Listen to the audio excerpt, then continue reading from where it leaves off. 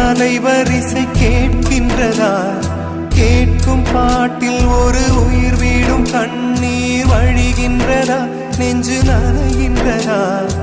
இதயம் கருகும் ஒரு வாசம் வருகிறதா? காற்றில் கண்ணீரை ஏற்றி கவிதை செந்தேனை ஊற்றி கண்ணே உன் வாசல் சேர்த்தேன். போயும் ஜீவன் ஓடும் முன்னே ஓடோடிவா.